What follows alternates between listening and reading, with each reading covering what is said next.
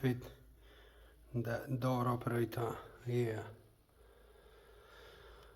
First gonna have to probably fit these on the sides, bolt them on, and then try to bolt that on. Okay, these are fitted, so I have to fit door operator on top of that. Okay, the door operator's fitted.